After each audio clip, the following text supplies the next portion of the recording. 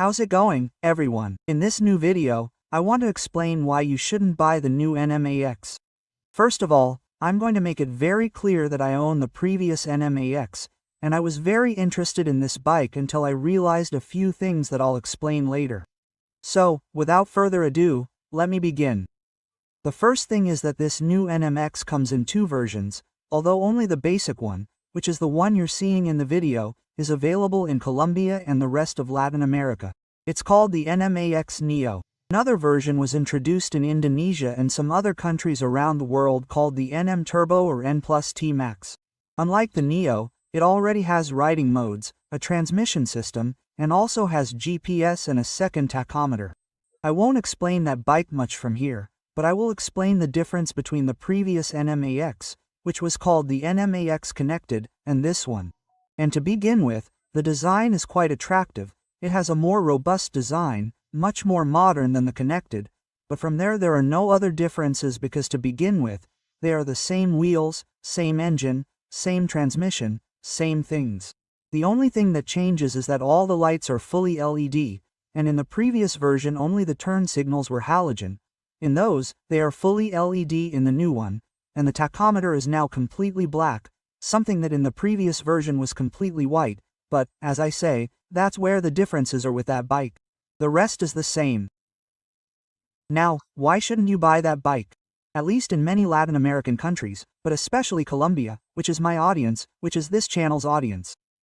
And it's very difficult to buy this bike new and buying it directly from the dealership, you know what I mean? And since the Nmax Connected came out back in 2022, it's been a problem to buy this bike.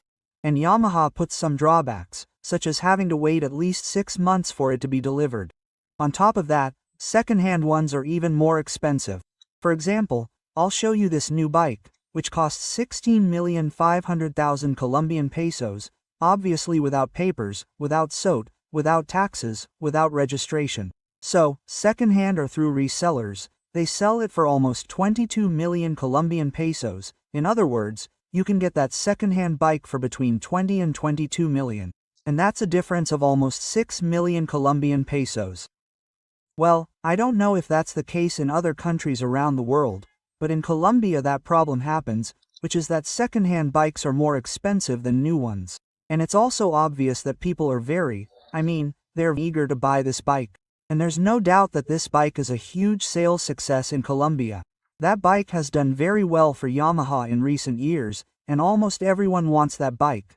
But, as I say, for that price, for what I have to wait, and after that, secondhand, you have to pay more, I really don't see the point of that bike. And if I tell someone like me, who owns the previous version, I wanted to buy this new one, but, well, realizing this absurd dilemma, I ended up buying the old one again. And it cost me almost the same as new ones, and it also happened with the same problem that second-hand ones are more expensive than new. Now, knowing that, why shouldn't you buy the new one? Well, that's what I would recommend. It would simply be a personal opinion. If you want to switch to a scooter-type bike, a cool-looking one like this one, I would recommend buying the previous version, and if you really want a Yamaha, it's better to switch to the Yamaha Aerox. The design is completely different, but in terms of mechanics, engine, functions, etc., it is the same as those two Enches, and the big difference is in its price. It currently costs 12,500,000 Colombian pesos, and it seems quite cheap to me for what it offers, and without taking into account that, on the one hand, you will find much more reasonable prices, because very few people want the bike, but that bike is literally an Nmax, but much cheaper. Or if not, I went for another bike, and at least for those who live in Colombia or Latin America, I can recommend 3 models that are available in many countries. One of them is the Sin ADXTG 150. You can also buy the Honda ADB 160, although that one is not yet available in Colombia and that one was just launched in Brazil, but it is a worthy competitor to the Nmax and it is supposed to be available in Colombia soon. Another option is to look for another scooter that is much cheaper, much better in a way. Or if you absolutely want an Nmax, it's better to buy the previous one. As I said, it's literally the same bike in every way. If you don't believe me, look up the features and specifications, and there you'll realize that this version that arrived is simply the Neo. It wouldn't be the same if it were the Turbo or Max version, but that would be worth the change, because you'd see a lot of different things. But, as I said, if that version arrived in Colombia, I think it would cost at least 23 or 24 million, and I know that more than a few people wouldn't be willing to buy it.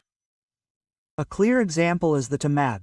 Very few people want that bike, the price is too absurd, and it's better to buy a second-hand car. Well, I hope you liked this video, or I hope you understood why. This is simply a personal opinion, you shouldn't take it too subjectively and just take this as a point of view. Well, I hope you liked it. Give me a like, subscribe, activate the bell on all, and see you next time.